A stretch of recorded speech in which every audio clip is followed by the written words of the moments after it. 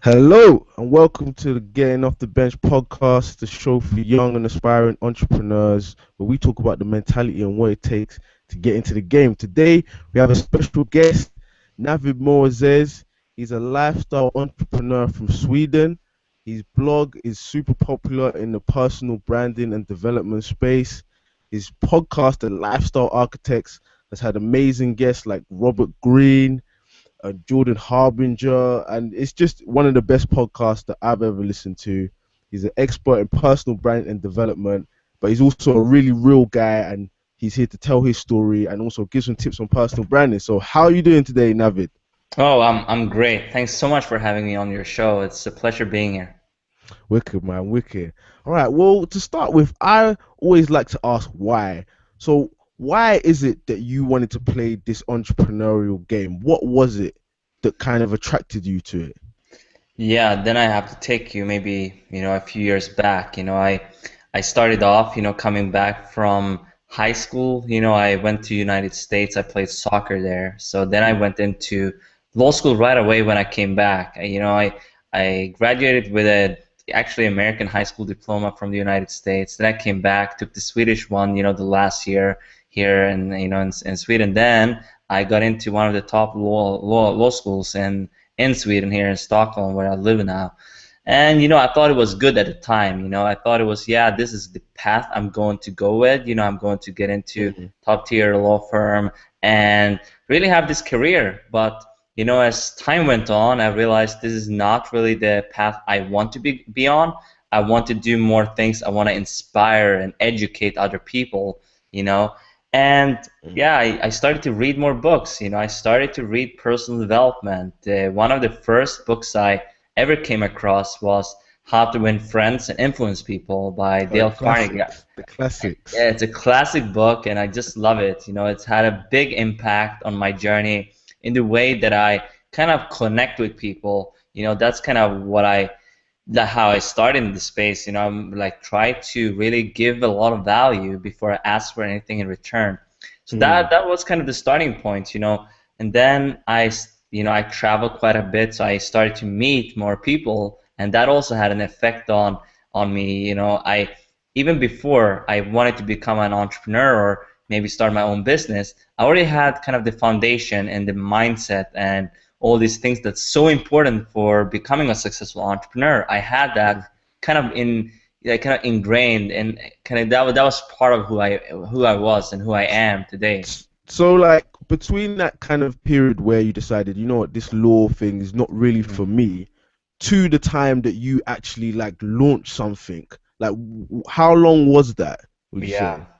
I mean, I would say, right after high school, I went right to kind of law school. I was 20 years old, right? Mm. And I mean, I probably stayed there for about, 4, almost 5 years. I traveled a little bit in between, so I didn't really have this clear path that I did everything right away. So I went to United States a few times. I stayed actually in London for like 2 months or something like that with a friend, and just like trying to develop myself. And that period, I think it was in 2010, where I started to realize maybe this is not for me, but I still didn't give up, the law school, because I had pretty good grades. I had people telling me, yeah, this is good, it's a great career if that's what you really want to do. I think it's a Mm. great career. But in my case, I figured, I probably will never be as happy if I pursue this and never took a chance in doing something else.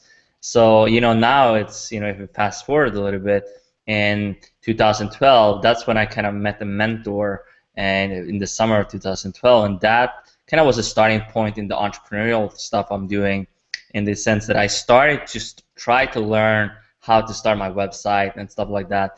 But as many of us, we procrastinate, and that's kind of what I did. I learned a ton, but probably I kind of consumed more than I took action.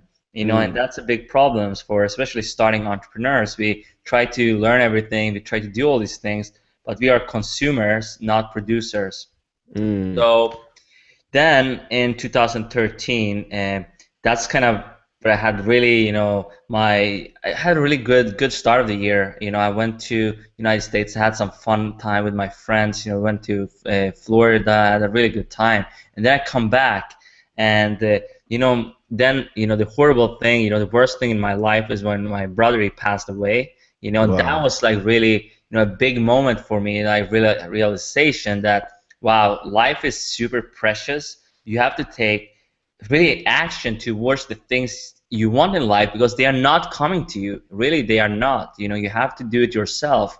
And Mm. so, I mean, I started to think, okay, I started this kind of thinking about starting something in 2012, early kind of 2012. I got some answers. I had a mentor. I worked on my mindset, but I still Yeah. didn't put anything out there for the world to see.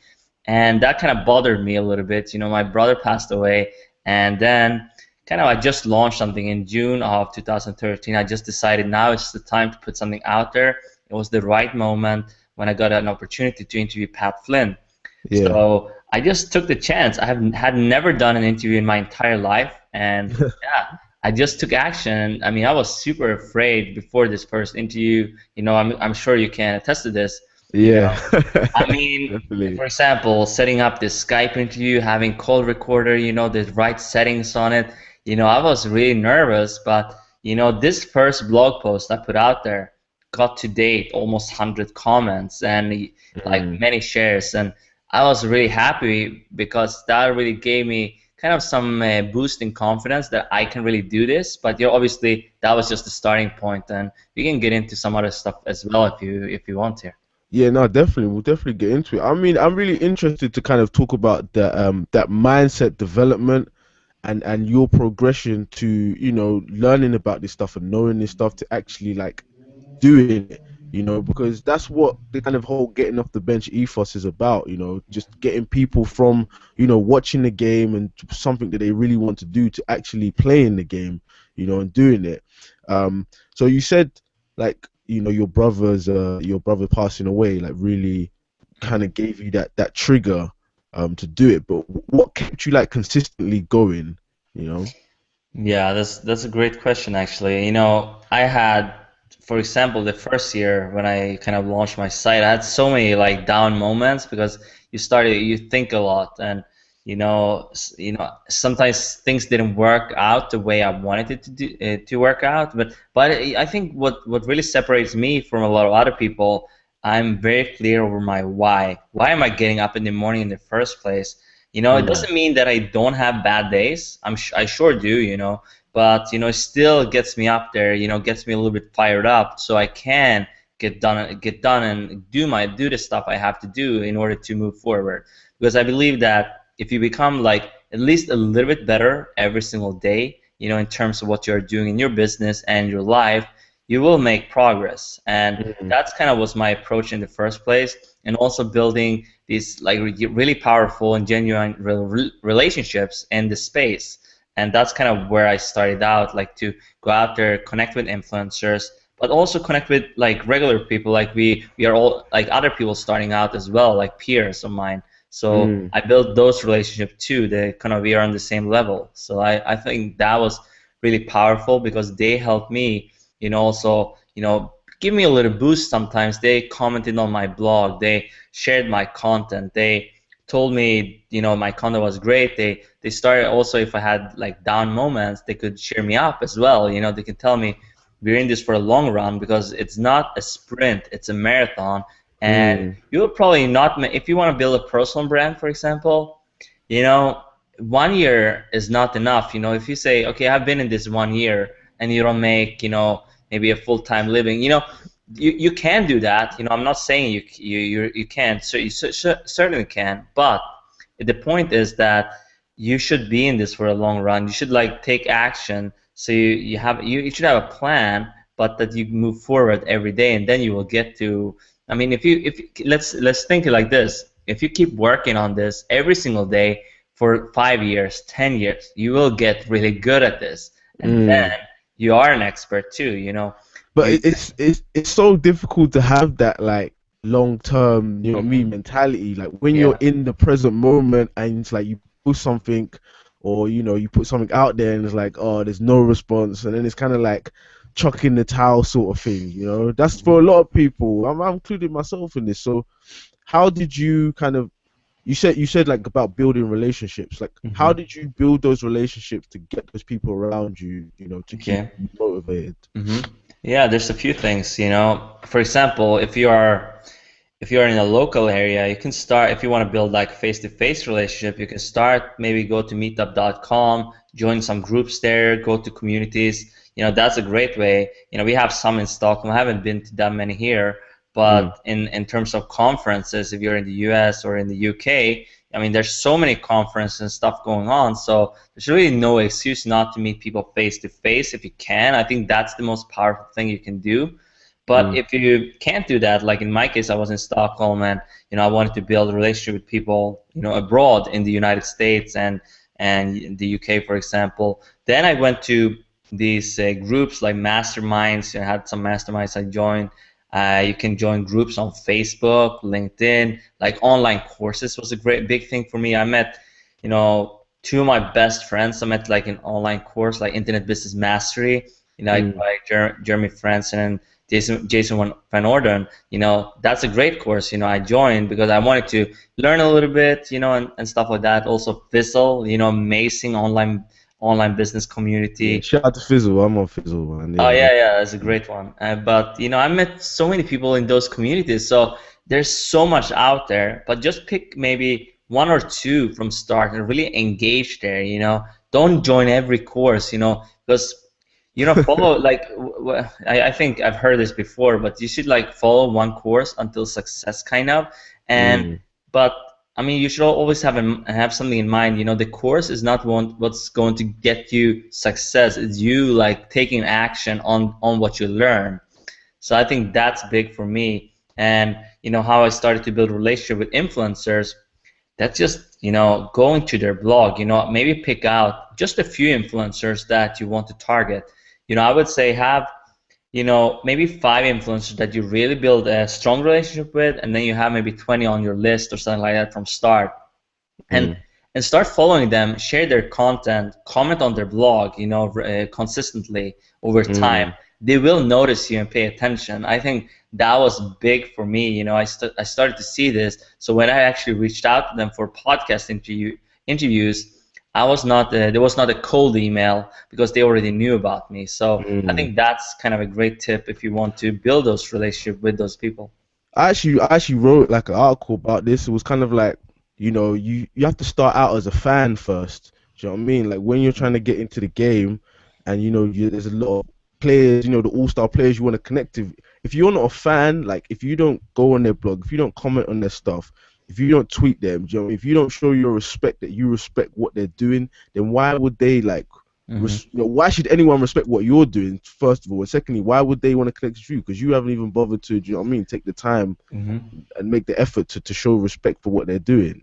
Yeah, I agree. I agree. But I think there's one aspect of this, like you should probably not like be this fanboy, of their work. I mean, you should appreciate their work, but it should come from Mm, this genuine standpoint, so you would actually do yeah. this anyway. So even if you were like this influencer, you would probably also support their work. I think Mm, that's a big thing I have seen on like conferences. People are putting them up like on this pedestal, but mm, usually an influencer, they don't like that. They like when you treat them as a friend. Ask them real questions. Maybe you get to know them a little bit, and have this conversation, and then you can ask them kind of about their struggles. People usually talk a lot about their success, in life and business, but they don't talk that much about what's the hard moments, what mistakes did they make, what did they struggle with, and so on. So I think that's something you can take, and like when you meet someone like that you look up to, you can like build this connection and then start to ask a little bit about the hard moments down the road, when you get to know them. okay, that's good. Some good advice. Um, I want to just talk about a little bit of training now. Because Hmm. you said like you've been on this journey for a few years, but you only really started like last year, kind of properly, year and a Hmm. half ago.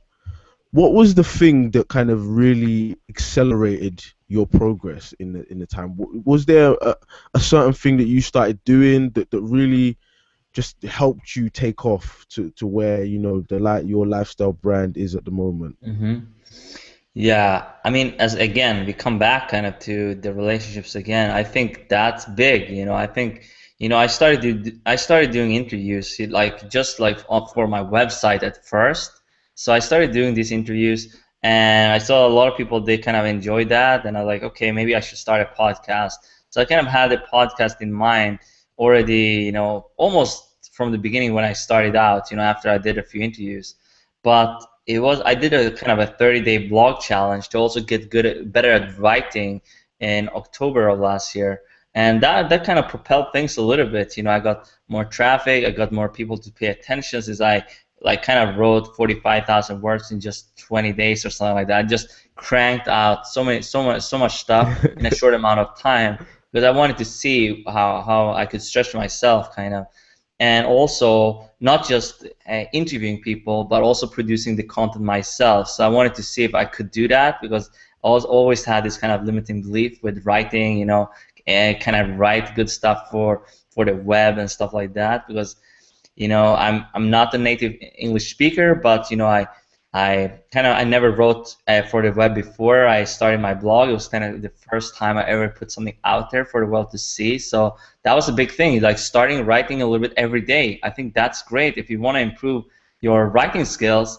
you can really like spend maybe the first hour in the morning or two or whatever, whatever time you have, write 250 to 500 words. Just start there, then maybe you can take it up to 1,000 words if you have some more time, and man, you can write a book in like 30 days if you do this. So It's crazy. It's crazy. yeah. I started on this website, 750words.com, Hmm. and it's basically you write Yeah, that's a 750 great words. one. Yeah, that's a great Yeah. resource. So But that's we'll put that in the show notes. for But go on, sure. sorry. Yeah, but that's kind of where I started out in terms of that was one thing, but I think what really took it to the next level in terms of my business and starting making more money, because I made money from start a little bit like affiliate income.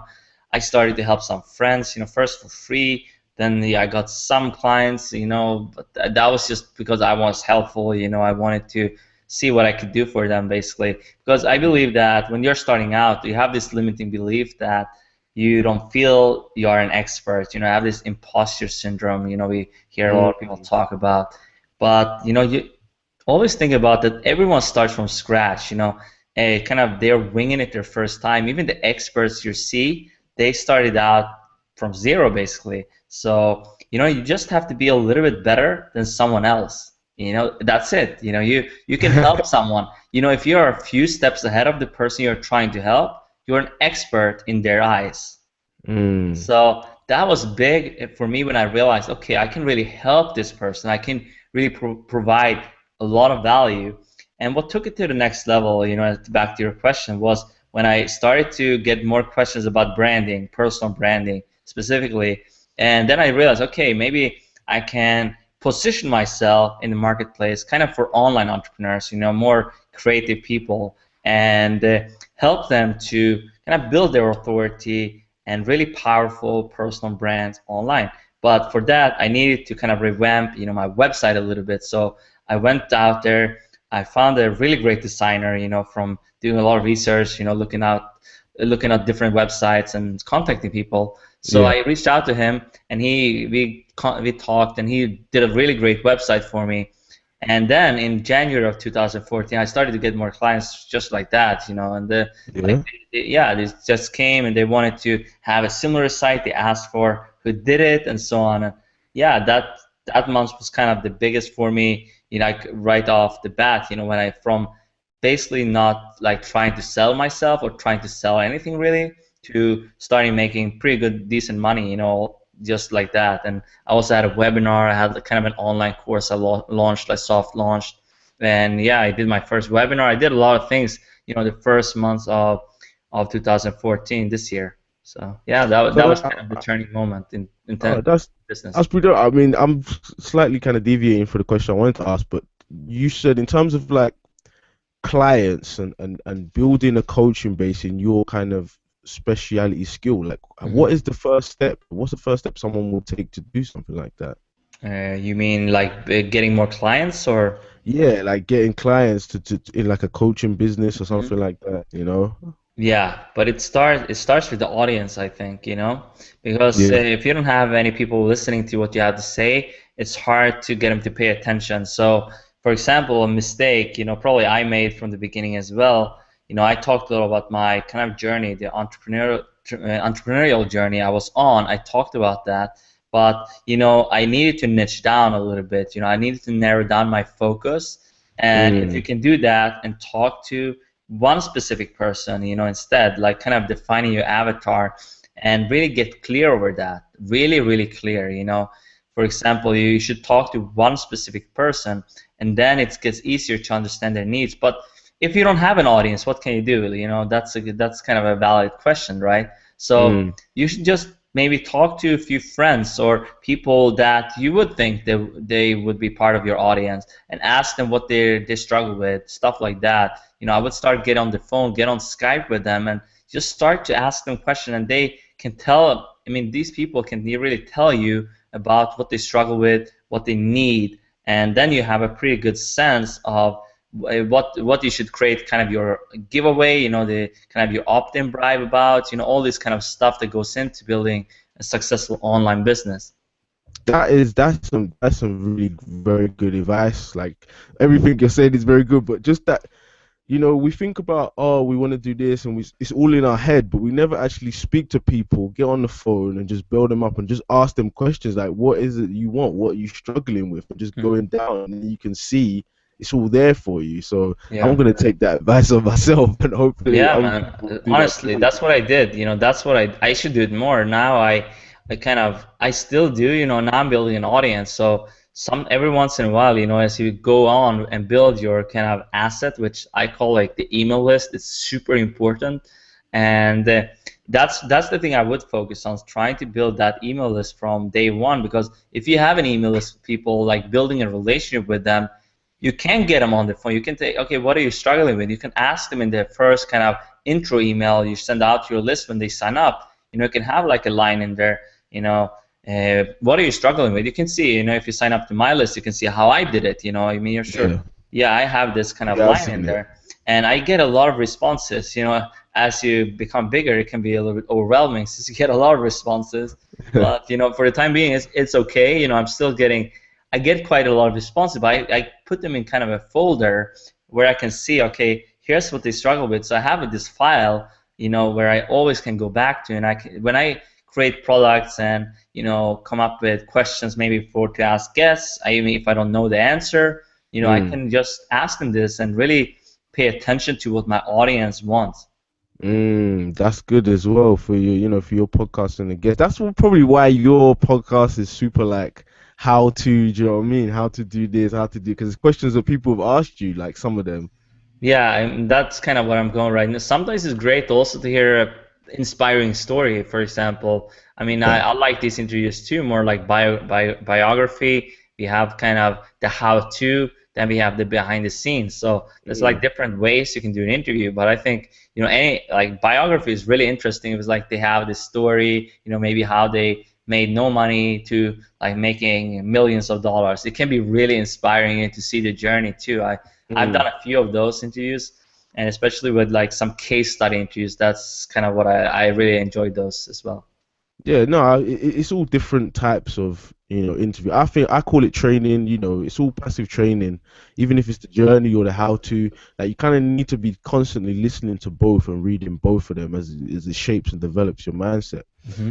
Okay. All right, now we're gonna get a bit technical, Hmm. because I feel like as someone who's the master of, I don't even like to call it personal branding. I call it like personality driven branding. Hmm. Someone who helps people infuse their personality onto a website. It doesn't matter what kind of specific area that they're doing.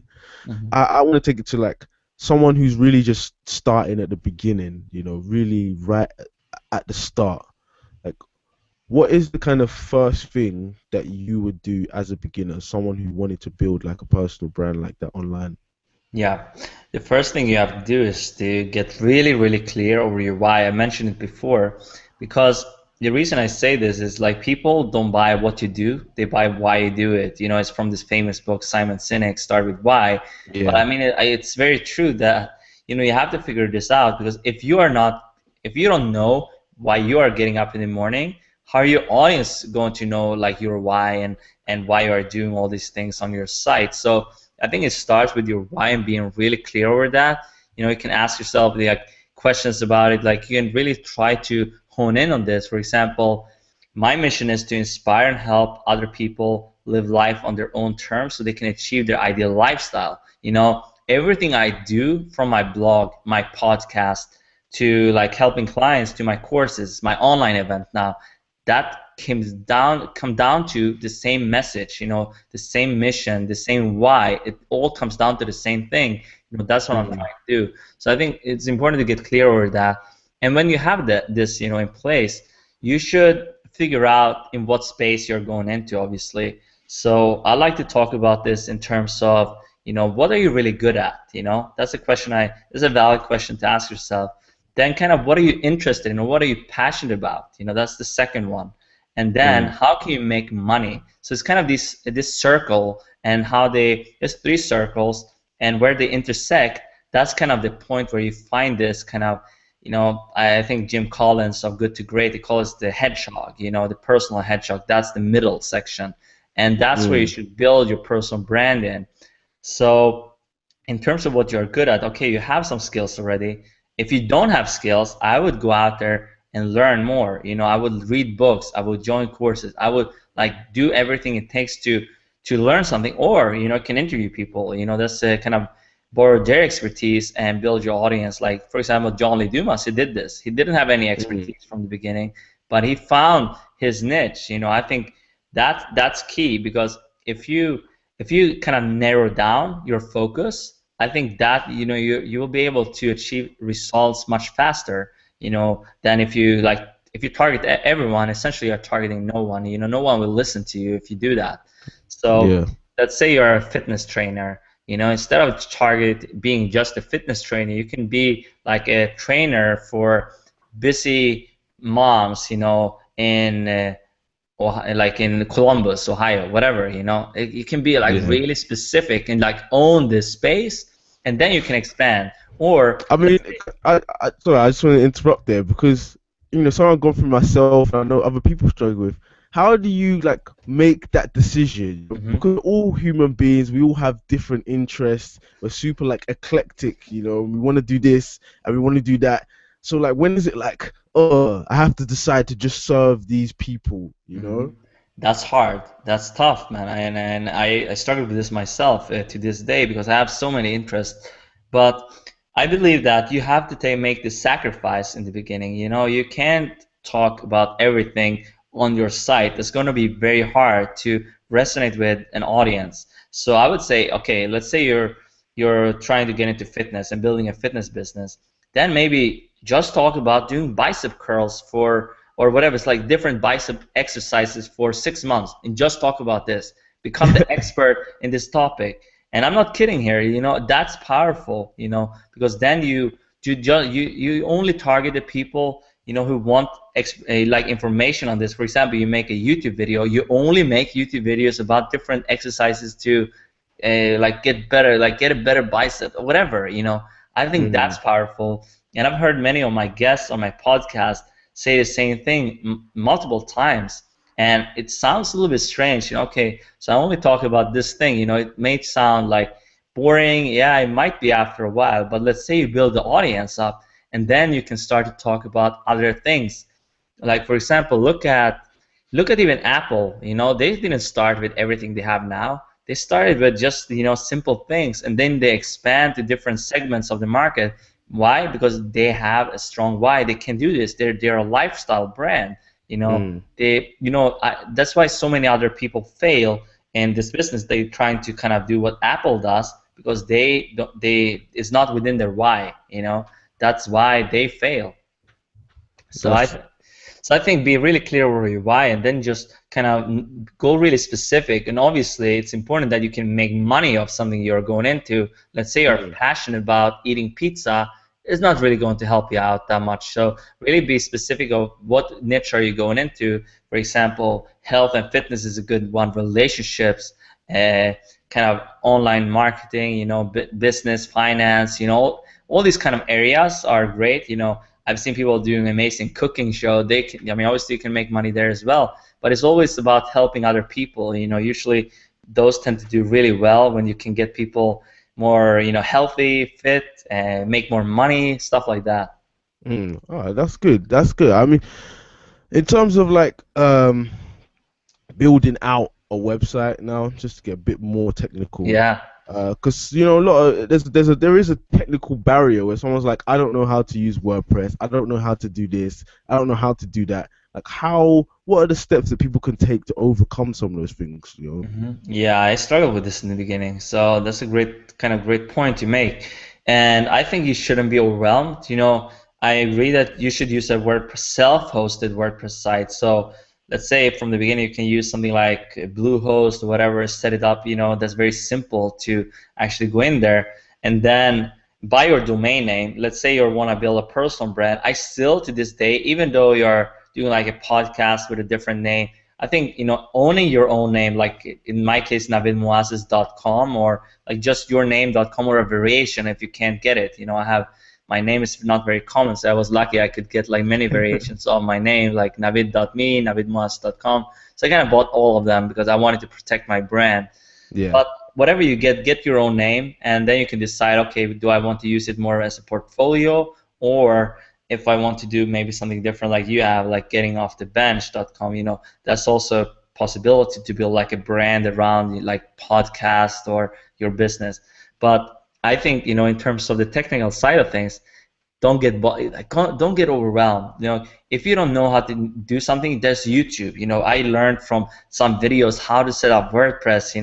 It's like one-click install. From the hosting and get a premium WordPress theme. I think that's really important in the beginning. Till you get clear over your message and brand, don't waste a ton of money on website design, stuff like that. I believe if you don't know this, like what your brand stands for already, like just get a premium WordPress theme from StudioPress, for example, and set it up. It's like very simple. They have instructions, and if you don't know, you can hire someone off Odesk, Elance, or even Fiverr to like do the technical things. If you want to have like a feature box, for the opt-in area, you can hire someone and tell, okay, I want this, for example, give an example, like for example, Social Triggers has something similar. You can just give them an example of something you like on another site, and you can tell them, okay, this is what I want, because that's stuff they kind of can do. If you just have a developer or something do this for you, it shouldn't be it's not very expensive, and it's not that hard for them to do if you don't know it yourself. So that's where I would start, like WordPress, self-hosted WordPress, premium WordPress theme, and just get it going, and maybe get a logo design, that can also help a little bit. Have a nice simple logo. Simple is better than really like, if you don't really know design, just go with simple. I think that works much better. All right, no, that's dope, man. And I'm gonna put all the resources that you're mentioning. I'll put them all in the show notes. So say we take those steps. I have my brand, I have my site online now. The hardest thing is to get people to kind of pay attention to you, to actually bother to listen to what you're saying. And it's okay to just do stuff at the start. I'm a big fan of just doing stuff in it, and then you kind of build from there. But eventually we want to engage and we want to build a community. So what's the kind of first things that we can do to start building that community and start getting people to come to our site and stuff like that? Yeah, that's a good one. There's a lot of people telling, you should probably, there's actually a few ways you can do this. In one sense, you should not even launch your site till you have like a certain amount of traction, already subscribers and so on. So like you can do this by guest blogging and set up like just a landing page. You can use lead pages, for example. That's what I use a lot. Simple landing pages have an opt-in. So, and then put together a really, really good giveaway for your people so they actually sign up. So, for example, that could be an ebook, that could be a video series, like interviews with some expert. It can be like anything, but don't spend a lot of time, but just make it valuable. So you can even put a price tag on this, like $30 to $97 or something. So it's valuable, and people want this. And you can ask your audience, what do you really struggle with, as we talked about. What do you want? and then put together a free gift so they get that when they sign up to your email list, which is key. So you can actually reach out to other blogs, in that sense, like doing outreach and start guest blogging for those sites. And then in your kind of bio in the guest blog, you say, okay, I'm doing this. You tell them who you are, kind of, and then you have a link to this kind of landing page or on your site, and then you send them just there, and they sign up to it. Okay. And because you build your email list like crazy if you do that. But there's another way to do this as well. You can, from the beginning, you can include experts in a post. For example, you're launching a website. In my case, I did a post about personal branding, and I had 37 experts in this post. And I reached out to them, asked them a question. What are your best tips for like building a personal brand, or best personal branding tips for online entrepreneurs? And they get back to me with amazing answers. I kind of edit the post and put it together, format it, and then I reach out to them and tell them, okay, here the post went live here, and then most of them are happy to share this, with their audience on Twitter, because I include them in the Twitter handle. I go out of my way to promote the content. I spend it roughly, if you spend, let's say, 20% like creating the content, and then you should spend 80% like the promotion part. That's so important, and that's why most people fail. They don't know how to promote themselves online. So really, you can use a tool like BuzzSumo. That's a tool where you can search for articles, and you can see who shared those articles. You can see what popular. Let's say you want to write a post about list building, for example. You search for this topic, then you see a bunch of posts coming up. You see the most popular post coming up first. Then you can click exactly and see who shared those posts. You can see the person in what social network they shared it. It's so powerful, and then what you do, if you have a post, if you have a really, really epic post, because key is that you need to have really good content. Otherwise, people will not pay attention.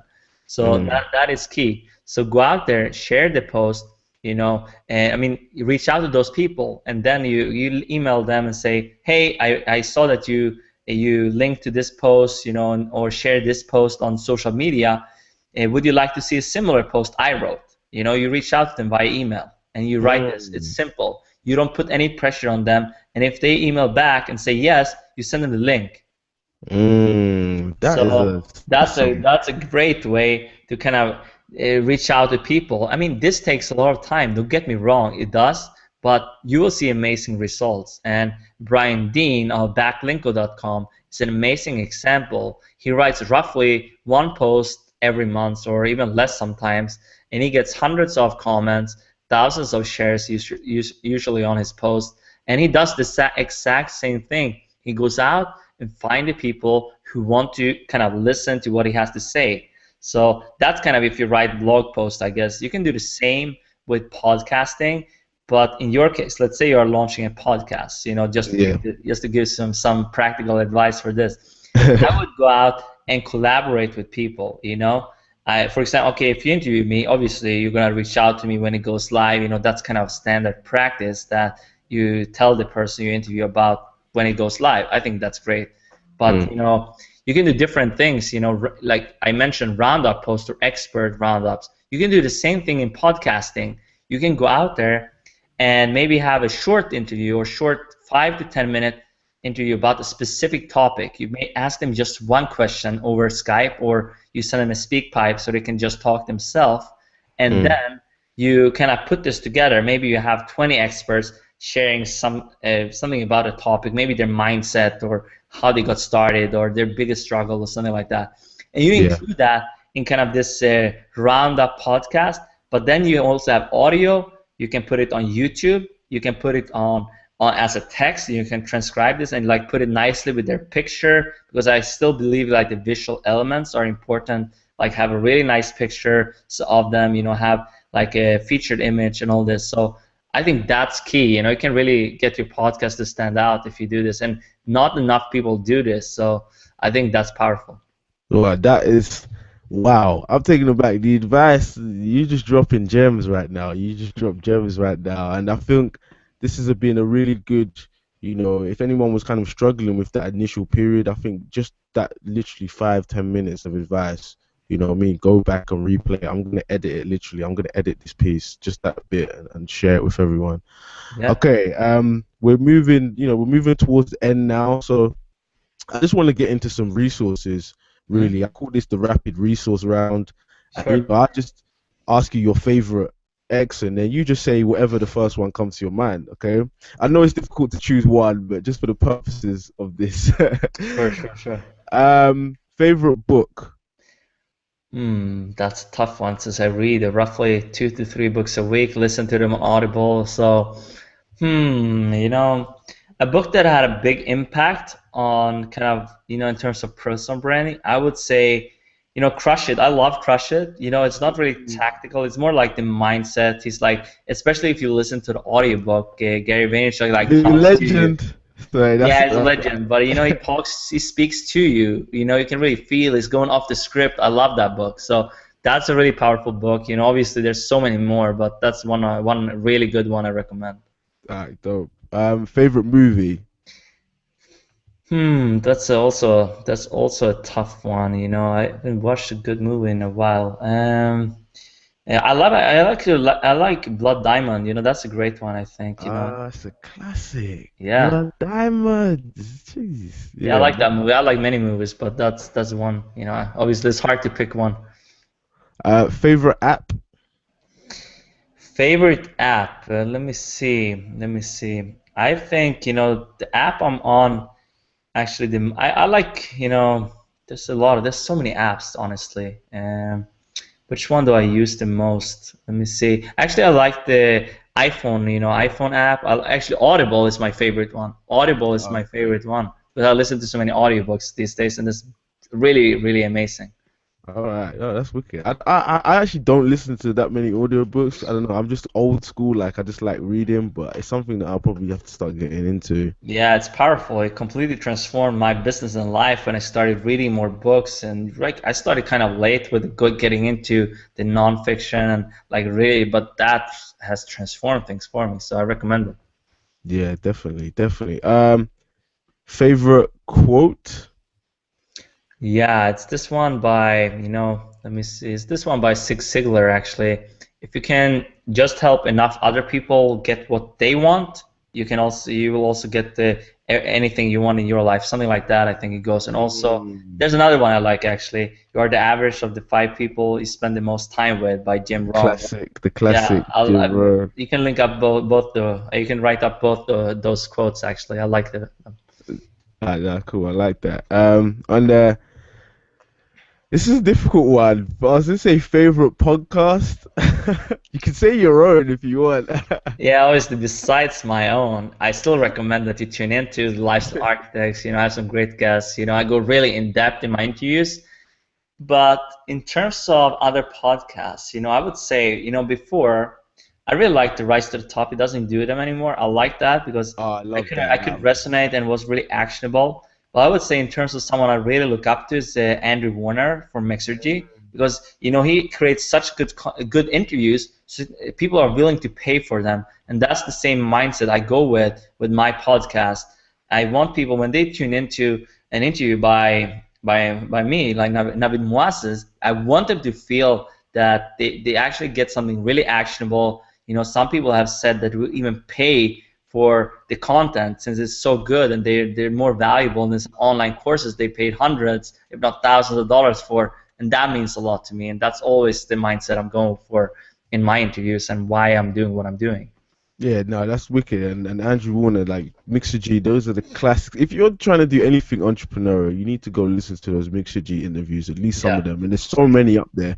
And I was lucky enough to actually have interviewed him, yeah, back in February. And he's a great guy. So we'll link that up as well. Okay, now we're just gonna talk about the future, what you've got going on. Um, sure. of course, I want to talk about the branding summit online. So if you could just give us a breakdown of what the branding summit is quickly. Sure. I mean, I got this idea since I've seen some of my friends and other people online. They have this kind of online summit. So essentially, what it is that you can interview a few people for it, and kind of get in front of their audience too. In my case, I wanted to create the event, the go-to event for personal branding. So the branding summit is for kind of online entrepreneurs who want to build their authority and personal brand online. So that's kind of what I do myself when I'm helping clients a lot, but I wanted to bring on the best experts in the world. First, I just thought about doing it kind of small, like having a few people, but then, it grew. I saw so many people I wanted to interview. So I kind of now have 45, 50 people confirmed, and I'm like doing a lot of interviews for it. So it's kind of going to be in this way that I put together a membership area. So over the first 30 days of the summit, because it will be like interviews going live kind of every day, and then it will, it will kind of be free first 30 days. Then I will probably bundle it up into a product or put it in podcast, like repurpose this in guest blog posts, like really promote this everywhere, because this is essentially a way for me to build my authority in a big way as well. Like I'm getting in front of their audiences. They're probably, some of them will share to their email list on social media. So you can just imagine what this will go for, do for my audience growth, in just, a short time there. When it's actually going live in November, the branding summit in 2014. So, and then next year, 2015, I have like plans for a book, and that's kind of building the audience for this book. And yeah, I mean, then I have a very, very targeted audience, that really want to hear about personal branding, positioning, like building your authority. And that's kind of what I had in mind for the whole summit. It's like, Social Media Examiner. They have something called the Social Media kind of Success Summit. That's kind of a little bit bigger scale. They do it live. So I would recommend, if you can do it live, by all means do it live. It's powerful to have a live interaction. That would be very stressful for me at this point, so I'm kind of more of a solopreneur. So I decided to what can I do so I can really go out there and create the best event for personal branding and really go out and interview them. And I pre-recorded on Skype and then just upload in a membership area. So I have kind of the interviews go live at a specific time every day during this month. So I don't pretend that it's live, but it's going to be this feeling that I have like a comment area so people can engage, like interact with the interviews and really be active there. So I think this is going to be really big, and I highly recommend this for someone, maybe like yourself, down the road here. Do an online event and get people together, for your community. And yeah, it can be really grow your audience in a big, big way, and you get in front of other audiences. Well, I think it's a really innovative idea and a really innovative spin, on developing your brand, beyond like starting a podcast and guest blogging and all that kind of stuff that people told you to do, but doing your actual own event, not just an event, an online event, like it's super innovative. And I know I'm going to be there, I'm saying I'm going to be logging on there, and obviously we're going to link up all your stuff so people can go sign up to your newsletter and find out, when it actually is, so they can be there too, because I think it's super useful, even if you can't listen to all the interviews, but just listening to some of them, and you're an authority and people well connected in this space, so definitely like we're gonna hook people up with that. Okay, so yeah, I mean that's what it is pretty much. That's the interview done. Like, of course, you got the branding summit online coming. The book is coming 2015. Look out for that. I just wanted to do one thing quickly. If you wouldn't mind giving a little kind of parting team talk, to people who are aspiring or just starting out, like what, just a few words of advice from you. Yeah, I mean, I've said this so many times, but I believe I'm a firm believer of like taking massive action. So even if you don't feel like you're ready right now, take this first step on your journey. And I kind of challenge people a lot to reach out to other people, because I think that will really propel and like move things faster for you. So if you're a little bit afraid of, like, I'm sure you have someone that you admire, in this online space or whatever that would be. Maybe an entrepreneur, maybe like someone else. Doesn't have to be that, but reach out to that person. Reach out to maybe 5 people you admire, and maybe if you have a website, if you get your website off the ground, you can interview them like you are doing here. That's amazing, and then you have an excuse to kind of talk to people for 1 hour or 30 minutes, whatever that would be. And because a lot of people I interview, they charge thousands of dollars per hour, but just since I have a website, they would be willing to come on, talk to me for a little bit, and we build relationships. In some cases, I've become friends with them. So I think that's powerful. just take this one first step and focus on one thing, you know, that will yield the most results over time. And that's key, you know, and that's a lot of people, they try to focus on everything. Just do one thing and become really good at this, and then you move to the next one. So I think that's kind of my parted piece of guidance here. All right, that was a wicked team talk. So take massive action. Saying build those relationships. Don't be scared to reach out people you admire and focus on that one thing which will get you those results. All right, wicked. This has been the Getting Off the Bench podcast. This has been Navid Moazzez. Thank you very much for joining us. It's been a pleasure and an honor. And yeah, listen, you gotta go to navidmoazzez.com, check out that deep man for personal branding. Because I'm deep in the game. I'm a big fan of the game. Like your personal branding stuff is like the best that I've read in it personally. So thanks so if you much. Want to do anything online, go check that out. And we're out. See ya. Thanks, man.